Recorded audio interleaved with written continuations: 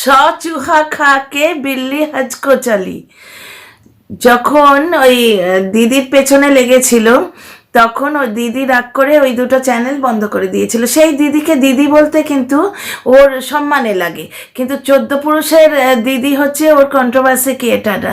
হ্যাঁ, 14 পুরুষের দিদি তো হবেই, কারণ ওর কাছে এখন কোনো কন্টেন্ট নেই, ওকে চর্চায় রাখছে এই সমস্ত দিদিরা। দেখলে না, এই যে কোন এক দিদির কথা সেদিন প্রমোট করলো দাঁড়িয়ে দাঁড়িয়ে, যে তুমি কিন্তু এরম কথা আর বলবে না, কারণ তুমি যখন এইরকম কথা বলো তখন আমার ভেতরে বুক দুক দুক দুক দুক করতে থাকে। আমি কি কেস করেছি ওই গয়নাগুলোর জন্য? কেস করেছি। কেস করলে তো কেঁচো করতে কেউটা বেরিয়ে পড়বে, কারণ আমাদের গল্পের কাল্পনিক নায়িকা মীনা সুন্দরীর যে বাবার দেয়া গয়নাগুলো সেগুলো তো আমি দাবিয়ে বসে আছি, ঠিক আছে না? আর মীনা প্রথম ভিডিওতেই এরম দেখিয়ে দেখিয়ে বলেছিল তার জীবনে কোনো কিছু লুকোনো নেই, এইটুকু একটু সোনার পাত আছে, এইটুকু, যেটা ওই মেয়ের মুখ দেখে তার বাবা দিয়েছিল 16 ক্যারেটের সোনা, এইটুকু, সেইটা বেচে ওরা খাক, ওরা বেচে খাক, কারণ বেচে খাওয়াটাই খুব ভালো করে জানে কিভাবে বেচে খেতে হয়। ওই তো বললাম না, ব্লগার দিদি যে অন্নদাত্রী, ভার্চুয়ালি আজ যে মুখ নাড়ছে, যে খাবারটা খেয়ে মুখ নাড়ছে সেটা দিদির দেয়া, নিজেই বলেছে ব্লগে যা দেখবো তাই বলবো, আকাশ থেকে পেড়ে পুকুরের ওপর কি ভাসছে এরম কথা আমি বলি না। প্রচণ্ড রাগ হচ্ছে তাই এইরকম বডি ল্যাঙ্গুয়েজ আমার দেখতে পাচ্ছ, নাহলে এভাবে ভিডিও আমি করি না জেনারেলি। রাগ হচ্ছে, হাসিও পাচ্ছে। Dear friends, welcome back to my channel my world of words. আমি সৌমি, আমি আপনাদের সবাইকে আমার চ্যানেলে ওয়েলকাম করছি। বললাম না, চুহা খাকে বিল্লি হজ কো চলি। ওই ব্লগার ম্যাডাম দিদি সে যে অন্নদাত্রী, নিজেই চোখ পিটপিট করতে করতে কান নাচাতে নাচাতে দুলে দুলে বলেছিল একদিন, ইউটিউবারকে বিয়ে করেছি নাকি, চ্যানেল তো দিদি খুলে দিয়েছে। তখন দিদির কথা মনে পড়েছিল। তারপরে আবার একটা ভিডিওতে বলেছে বাঁশ খেয়ে বসে আছি, চ্যানেল না থাকলে খেতে পাবো না, নিজেই বলেছে। ব্লগগুলো সার্চ করে করে দেখো, ওই লুইসাররা যারা বোকা এবং অন্ধ দর্শক, তারা নিজেরাই সার্চ করে করে দেখো। তো আমি বাজে কথা বলছি না বা আকাশ থেকে পেড়ে বলছি না, আমি পুকুরের ওপর কি ভাসছে সেটা দূরবীন দিয়ে আকাশ থেকে দেখে ওই রকম টিপে টুপে ভিডিও করছি না, টুপুই টুপুই টাপাই টুপুই কি বলে না, বেশ যাই হোক, ওরকম করে ভিডিও করছি না, ব্লগে যা দেখবো তাই বলবো। তো ব্লগে এগুলো আমি দেখে আসছি, আপনারা সবাইও দেখে আসছেন, স্বীকার করুন না করুন। তো চ্যানেল না থাকলে তো খেতে পেতাম না, হে হে হে, এরম করে বলেছিল একদিন। তার মানে দিদি হলো গিয়ে অন্নদাত্রী, তাই না? এবার যে ভিডিওগুলো রোটেট করছে তাতে যে আমাদের মীনা সুন্দরী নায়িকা, সে তো আমরা দেখতেই পাচ্ছি। এখানে কোনো রকম খলনায়কের কোনো প্রয়োজনই কোনোদিন ঘটেনি, এবং খলনায়ক সেই যোগ্যও ছিল না। ক্যামেরার সামনে এসে দাঁড়িয়ে আজকে যে কন্ট্রোভার্সিগুলো করছে সেগুলোর যোগ্যতা মীনা সুন্দরী করিয়ে দিয়েছে, সেই যোগ্যতা ওর ছিল না, ঠিক আছে? বেঁচে খাওয়ার মালিক তো ব্লগার দিদি রাগ করে চ্যানেল দুটো বন্ধ করে দিয়েছিল, এবং সেটি সাপে বড় হয়েছিল। মীনা সুন্দরী তখন 18 বছরের মেয়ে, চোখ পিটপিট করতে করতে তাকে পাশে বসিয়ে দিদির কন্ট্রোভার্সি বেঁচেছিল, এবং তাতে যে সিম্প্যাথিটা ক্রিয়েটেড হয়েছিল তাতে ওই মীনা সুন্দরীর দুটো চ্যানেল প্রতিষ্ঠিত হয়ে গেছিল। চ্যানেলটা মীনা সুন্দরীর বিয়ের আগের চ্যানেল, সেটা ওই টিপাই টুপাই টুপুই টুপুই, যে সেও তার নিজের ব্লগে বলেছে যে এর অতি পেয়ারের দাদা, এর দাদা দিদিরা সব রয়েছে না চতুর্দিকে, নিজের এর কেউ হয় না, রক্তের সম্বন্ধ এর দিদি হয় না, এর নিজের কোনো আত্মীয় স্বজন ত্রিসীমানায় আসে না, অথচ 14 গোষ্ঠী পাতানো দাদা দিদি রয়েছে, ঠিক আছে? সেই দিদির সঙ্গে তো বেরিয়ে এলো বাবাকে একা এই ঠান্ডায় ফেলে রেখে ঘরের মধ্যে, নিজের যে জন্মদাতা পিতা তার সঙ্গেও সম্পর্ক গড়ে ওঠেনি, তাকে নিয়ে যাবার কথা মনে হয়নি, কোনো আনন্দ অনুষ্ঠানে সে সামিল নয়, কিন্তু 14 পুরুষের পাতানো দিদি রয়েছে। তো সেই দিদির উদ্দেশ্যে দিদির চ্যানেলটাকে একটু প্রমোট করে দিল। দিদি তো ঝাড় খেয়েছে, একটা কপিরাইট স্ট্রাইক খেয়ে বসে আছে, চ্যানেলটা একটু প্রমোট করে দিল। তুমি এসব কথা বলবে না। যাই হোক, আগে শুরু থেকে শুরু করি। তো দিদি ভাই যে নিজের দিদি আর কি, রক্তের সম্বন্ধ, যার সঙ্গে ভগবানের প্রদত্ত সম্পর্ক, যেটা, যাকে ওর মা পরিত্যাগ করে দিয়েছিল 3 মাস বয়সে, ঠিক আছে, এটা সবাই সব জানো, আর পুরনো কাসুন্দি ঘেঁটে লাভ নেই। তো সেই 3 মাস বয়সের পরিত্যক্তা যে দিদি, তার মনটা দেখো, বাপের বাড়ি থেকে কোনোদিন সে কিচ্ছু পায়নি, তবু এই চ্যানেল খুলেই অন্নসংস্থান করে দিয়েছিল। ঠিক আছে, তার সব কিছু হাতিয়ে নেবার উপক্রম করেছিল এরা মা বেটাতে, তখন গিয়ে সে চ্যানেলটা রাগ করে বন্ধ করে দেয়। এই জিনিসটাও কিন্তু আমি ব্লগে দেখেছি, তাই বলছি। ওই ম্যাডাম নিজে অনলাইন লাইভে এসে বলেছেন যে আমার ছেলের ভবিষ্যৎ তো আমি দেখব। তো তখন সেই কন্ট্রোভার্সি বেঁচে মিনার 2টো চ্যানেল দাঁড় করায়। মিনার একটা টিকটক চ্যানেল আগে ছিল, যেটা ওর নিজের নামে রেখেছিল, সেই চ্যানেলটি হাতিয়ে নিয়ে বসে আছে, অথচ এ আজ বলে ওগুলো ওরা বেঁচে খাক। এইটুকু সোনার পাত দিয়ে একটা শাখা মিনা চাইলে কিন্তু লুকোতে পারত। মিনা এইরকমভাবে তার সেকেন্ড ভিডিওটাই বলেছিল, এই নতুন চ্যানেলের সেকেন্ড ভিডিওটা বলেছিল যে এইটা দিয়ে আমার প্রাক্তন শ্বশুরমশাই আমাকে আশীর্বাদ করেছেন, সেটা ও নিজে দেখিয়েছে, তাই কিন্তু আজ বড় বড় কথা বলতে পারছে। যে কাঁটা চুরি করে সে সোনা ফেরত দেবার কথায় রাগ করে, তাই হয় একটা সেফটি পিনও বাড়ি থেকে নিয়ে গেলে এর দুঃখে বুকটা ফেটে যায়। তাদের জিনিস তারা নিয়ে গেছে, তাই জন্য গিয়ে ফেক কেস করেছিল, সে কেস ধোপে টেকেনি। তার আগের দিন সোফায় বসে চোখ পিটপিট করতে করতে বলল যে চুপি চুপি তাহেরপুরে অনেকে ঘুরছে, রানাঘাটে অনেকে ঘুরছে, আমরা কি কিছুই জানি না, চুপি চুপি করলে হবে, লে কলা চুপি চুপি। পরের দিন সকালে আমরা মীনা সুন্দরীর মুখে পুরো ঘটনাটা জানতে পারলাম, সে জগজাহির করে দিল। বুঝতে পারছো, দিনের আলোর মতো সকলের সামনে আসল সত্যটা নিয়ে এলো। গোপনে কিছু করার পাত্রী আমার এই গল্পের কাল্পনিক নায়িকা নয়। মীনা সুন্দরী একটি 24 বছরের যুবতী ট্যালেন্টেড মেয়ে। তার হাতের যে কি কাজ সেটা তার লেটেস্ট ভিডিওতে বুঝতে পারছো। সেখানে কিন্তু কেউ ছিল না, সে একটি মাত্র চরিত্র। সেখানে শুধুমাত্র একটু লোকাল ট্রেনে আসা দেখানো হয়েছে, একটু শাকচচ্চড়ি কোটা দেখানো হয়েছে, আর বেড়ালটা 2-4বার মিউ করেছে সেটা দেখানো হয়েছে। এর 3 ডবল ভিউ হয়েছে এই লোকটার, এই আমার গল্পের কাল্পনিক খলনায়ক জলনদীপ, এই লোকটার 3 ডবল ভিউ হয়েছে। সুতরাং কিভাবে এই চ্যানেল দুটো দাঁড় করানো হয়েছে সে তোমরা বুঝতেই পারছো, কার এক্সপার্টাইজে দাঁড়িয়েছে সেটাও বুঝতে পারছো। মীনা সুন্দরী একটা শাল চাপা দিয়ে ঠিক আমার মতো চেয়ারে বসে বসে কতগুলো কথা বলেছিল, এই আমি টিভি দেখছি, বাড়িতে আজ কেউ নেই, হ্যাঁ নতা নেই, এরকম কথা বলেছিল। প্রায় 60 থেকে 70 হাজার ভিউ হয়েছিল। আর এর চ্যানেলে নিজের 14 গোষ্ঠীকে দেখিয়ে, 14 গোষ্ঠী বলতে কারোর সঙ্গে তো সম্পর্ক নেই, যে কটা প্রাণী আছে, একটাই প্রাণী আছে, তো তাকে দেখিয়েছিল, প্লাস একটা বাচ্চাদের পিকনিক দেখিয়েছিল। এর চেয়ে বড় কন্টেন্ট আর কি হয়? বাচ্চাদের পিকনিক ভীষণ দর্শক টানে। তা সত্ত্বেও আমি যখন দেখেছি তখন 9 ঘন্টায় 24,000 মতো ভিউ ছিল। মীনা সুন্দরী 1/3, ঠিক আছে না? তো সেই জ্বলনগুলো যাবে কোথায়? ওই জন্যই আমার গল্প, যে গল্পটা আমি লিখছি সেই গল্পের আমি যে খলনায়ক তার নাম দিয়েছি জলনদীপ, কারণ প্রতি মুহূর্তে সে জ্বলে পুড়ে মরছে। আচ্ছা, এবার আসি বেচার কথায়। বেচার মাস্টার, যে বেচার মাস্টার সে তো সবাইকে বেচতে দেখে। প্রথমে দিদি সম্বন্ধীয় কন্ট্রোভার্সি বেচলো, তারপর বউ বেচে এতদিন ধরে বাড়ি তৈরি করছে, তারপরে এদিক ওদিক ঘুরে বেড়াচ্ছে, সব তো বউ বেচা পয়সায়। সুতরাং এইটুকু সোনার পাত ওই শাঁখাটায় লেগে আছে, সেইটা ওরা বেচে খাবে। ওইটুকু 16 ক্যারাটের এইটুকু ইঁদুরের লেজের মতো একটুখানি সোনার পাত আছে, সেইটা বেচে ও গাড়ি কিনবে, বাড়ি সারাবে। মাইন্ড দিস ডিয়ার ফ্রেন্ড, বাড়ি সারাবে মানে মীনা সুন্দরীর বাপ মাকে গাল দিচ্ছে, বুঝতে পারছো? কারণ বাড়িটা তো বাবার, তার মানে বাবার যোগ্যতা নেই। সে মীনা সুন্দরীর ওই হাতের এইটুকু 16 ক্যারেটের এইটুকু সোনা, সেইটুকুতে ওর বাড়ি তৈরি করে সে খাবে। এতদিন সোনাটা কিন্তু ওইখানেই ছিল, তাই সেই টাকাতেই ওরা বাড়ি তৈরি করেছে। মিনার বিয়ের আগেই ওই যে বাড়িটায় ওরা আছে না, মিনার বিয়ের আগে ওই বাড়িটার 1 তলাটা করা ছিল, সেটা ওই জলনদীপের কোনো পুরুষের দেয়া এইটুকু সোনার পাত দিয়েই তো করেছে। তখন জলনদীপকে চিনতও না। খুবই সৌভাগ্যের ব্যাপার হতো যদি এই পরিবারটি, আমার গল্পের কাল্পনিক নায়িকা মীনা সুন্দরীর পরিবারটি এই জলনদীপ নামক প্রাণীটিকে চিনতই না, খুবই ভালো হতো।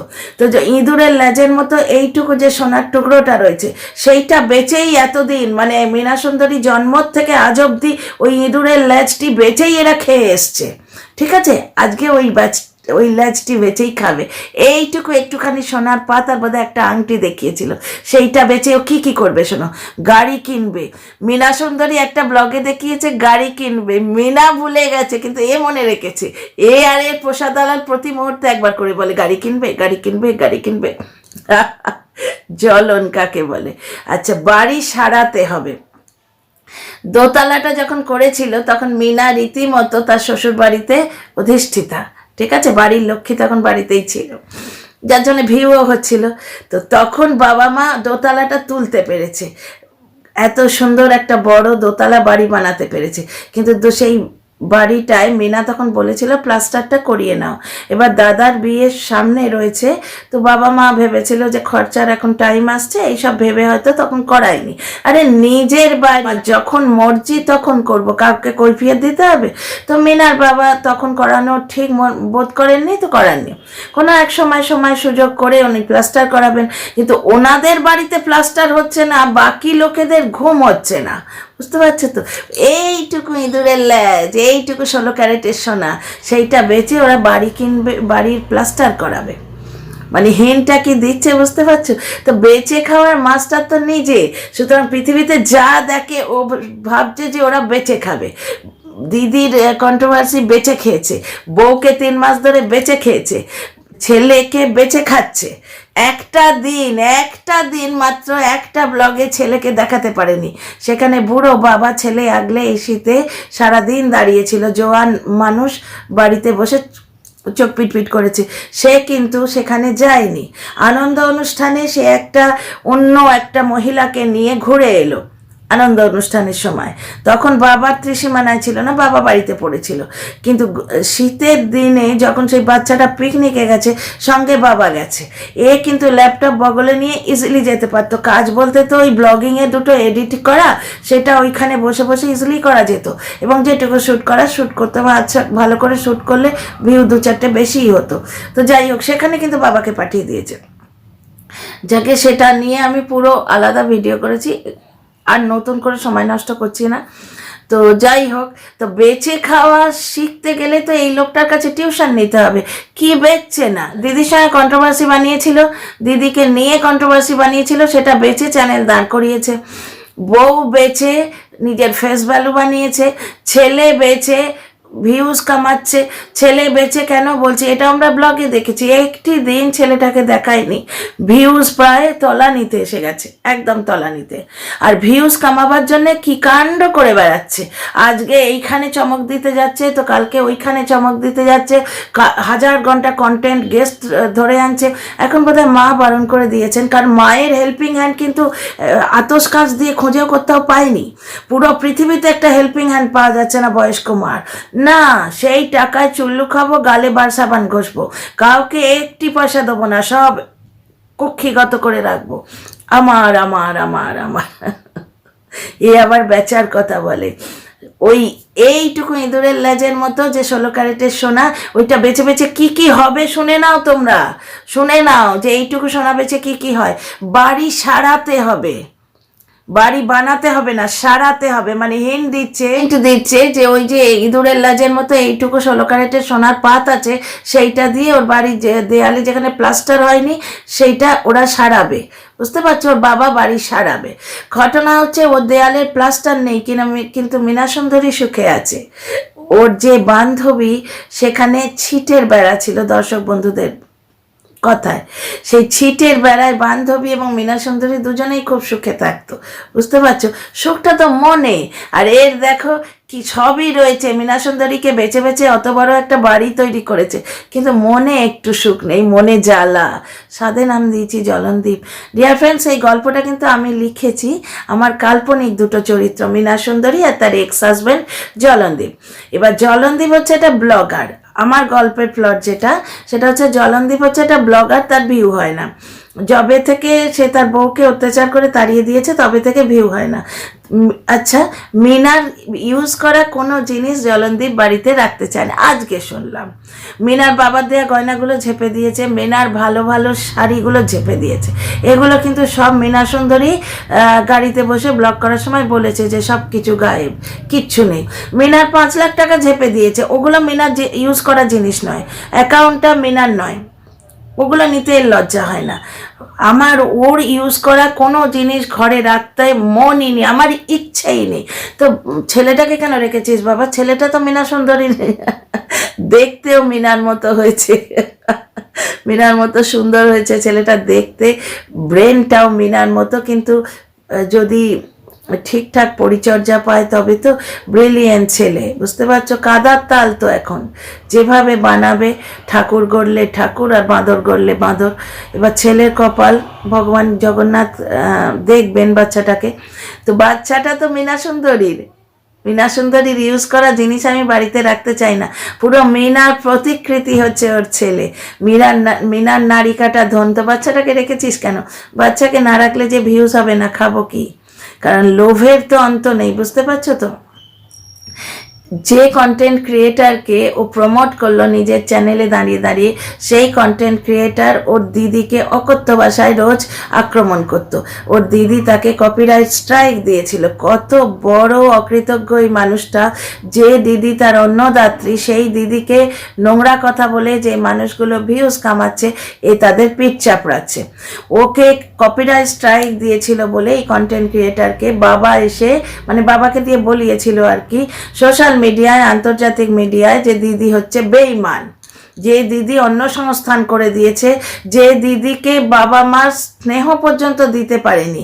তবু সেই মেয়েটা এদের বাড়িতে যে কটা ভেজিটেবল ফার্নিচার আছে, ওয়াশিং মেশিন থেকে আরম্ভ করে, মাইক্রো ওভেন থেকে আরম্ভ করে, ল্যাপটপ, যে ল্যাপটপটা এডিটিং করে না, কাঁদতে বসেছিল 5 বছর আগে, আমার এখন ল্যাপটপ কেনার ক্ষমতা নেই, ল্যাপটপ দিয়ে যেটা এডিটিং করে সেটাও দিদির দেয়া। তো যদি অতই সত্যবাদী, এখন তো পয়সা হয়েছে, তাহলে ওই ল্যাপটপগুলো সরিয়ে দিয়ে নিজে এটা কেন না, দিদির জিনিসই তো ইউজ করে চলেছিস। সেই দিদিকে বেঈমান বলিয়েছিল এবং সেই দিদিকে যারা বাজে কথা বলেছে তাদের চ্যানেলে দাঁড়িয়ে প্রমোট করছে, তাদের চ্যানেলে দাঁড়িয়ে প্রমোট করছে। এই কন্টেন্ট ক্রিয়েটারের নাম বলেছে, এর আগের দিনও বলেছিল লাইভে এসে। তাতে এই কন্টেন্ট ক্রিয়েটার উৎসাহিত হয়ে এমন মগডালে চড়ে গেছিল, চড়ে গিয়ে এত বাড়াবাড়ি করেছিল যে ব্লগার ম্যাডাম তাকে কপিরাইট স্ট্রাইক দিতে বাধ্য হয়। এবার এই কন্টেন্ট ক্রিয়েটার দুলে দুলে বলে চলেছে যে মিনার দিদা নাকি মিনার হাতে জলটুকুও পেল না। কন্টেন্ট ক্রিয়েটার এইটুকু দেখতে পাচ্ছে না যে এর দিদা, মিনার দিদাকে মিনা সুন্দরী সপরিবারে দেখতে গেছিল, কিন্তু অসুস্থ দিদার পরদিন বেডরিডেন হয়ে পড়েছিলেন, তাকে দেখতে কিন্তু জলনদীপের 14 গোষ্ঠী কেউ যায়নি, জলনদীপ নিজেও যায়নি, তার মাও যায়নি, ঠিক আছে না? মিনার দিদার শোকে মিনার মার দাঁত কপাটি লেগে গেছিল বেশ কয়েকবার, ঠিক আছে না? আর এদিকে আমরা দেখতে পাচ্ছি যে চতুর্থী কাজ করার পরই সে যে টপ টু বটম মেকআপ করে, দানের শাড়ি পরে, দানে পাওয়া শাড়ি পরে, দানে পাওয়া নেকপিস আর ইয়ারিং পরে নবমীর ঠাকুর দেখতে যাওয়া হয়, বুঝতে পারছো তো? সুতরাং পরিবারের তফাৎ আমরা দিনের আলোর মতো দেখতে পাচ্ছি। কিন্তু সেই কন্টেন্ট ক্রিয়েটারের তো কন্টেন্ট বানাতে হবে। দিদা মিনার হাতের জলটুকুও পেল না। প্রথম কথা রয়েছেন ওখানে, পুত্র সন্তান মুখে জল দেয়, তাই না? একটি লাইনই দেখেছি ভাই, আমি অন্য কোনো নেগেটিভ কন্টেন্ট ক্রিয়েটারে ভিডিও দেখি না। একটি লাইন দেখেছি যে এই মহিলাটি কে, জলনদীপ যাকে প্রমোট করছে মহিলাটি কে, খুঁজতে খুঁজতে গিয়ে দেখি ওই একটি লাইনই দেখলাম যে বলছে দিদা মুখে জল, মিনা সুন্দরীর হাতের জলটুকুও পেল না। দিদা পুরুষ সন্তান ওখানে প্রেজেন্ট রয়েছে, মামারা রয়েছে, সন্তানরা রয়েছে। সন্তানরা থাকতে মানে নাতি নাতনি জেনারেলি কাজটা করে না, ঠিক আছে না? দিদাকে দেখতে মিনা সুন্দরী দৌড়েছিল। 14-15 বছর আসতে পারেনি কোনো মাসি, তাকে ভোরবেলা গিয়ে মিনা সুন্দরী নিয়ে এসেছিল। দিদা পরিতৃপ্তি নিয়ে পরলোক গমন করেছেন যে আমি আমার সমস্ত সন্তানদের মুখ দেখতে পেয়েছি। সেটা কিন্তু মিনা সুন্দরী তার ব্লগে বলেছে যে 4 মেয়ে চতুর্দিকে রয়েছে। ছেলেরা রয়েছে, ছেলের বউরা রয়েছে, নাতি নাতনি সবাই রয়েছে। মীনা সুন্দরীর দাদা কোথাও একটা কাজ পেয়েছিল, কিন্তু দিদার মৃত্যু সংবাদ শুনে সে কাজের জায়গা থেকে দৌড়ে ওখানে যেতে চেয়েছিল, কিন্তু মীনা সুন্দরীর বাবা বললেন যে না, আমি যাচ্ছি, তুই বাড়িতে আয়, কারণ বুনু একা আছে। এই জন্যেই মীনা সুন্দরী দিদার মার কাছ থেকে চলে এসেছিল, কারণ বাবা একা ছিলেন। এদের তো সে বোধ বুদ্ধিও নেই, আর এদের সে চোখটাই নেই, কারণ এদের বাবা তো একাই থাকে। এরা সকাল থেকে গান গাইতে থাকে, আজ রান্না নেই, কি মজা, নেমন্তন্ন কি মজা, রান্না নেই, অথচ বাবা যাবে না নেমন্তন্নয়। সুতরাং বাবা খেলো না খেলো ভারী বয়ে গেল। বুড়ো মানুষটাই শীতের দিনে সপাকে খাবেন, এদে খাবে। এদের বাবা মার প্রতি তো এই সম্পর্ক। ওই কন্টেন্ট ক্রিয়েটারের এগুলো কিন্তু চোখে পড়ে না, তার শুধু মীনা সুন্দরীর ফিরে আসাটা চোখে পড়েছে। সে মেয়ে ফিরে এসছে, কারণ বাবা একা আছে। প্রথম দিনই গিয়ে বলেছিল যে আমি আর দাদা চলে যাব, কারণ আমার বাবা ওদিকে একা আছে। বাবা ডিউটি করেন, তো বেকারের মতো টই টই করে দালাল দিদিকে নিয়ে ঘুরে বেড়ালে তো বাবা চলবে না। তিনি ভারত সরকারের কর্মী, ঠিক আছে না, তিনি ডিউটি করেন, সুতরাং তাকে একটা নিয়ম মেনে চলতে হয়। কিন্তু এদের সংসারে নিয়মের তো কোনো বালাই নেই।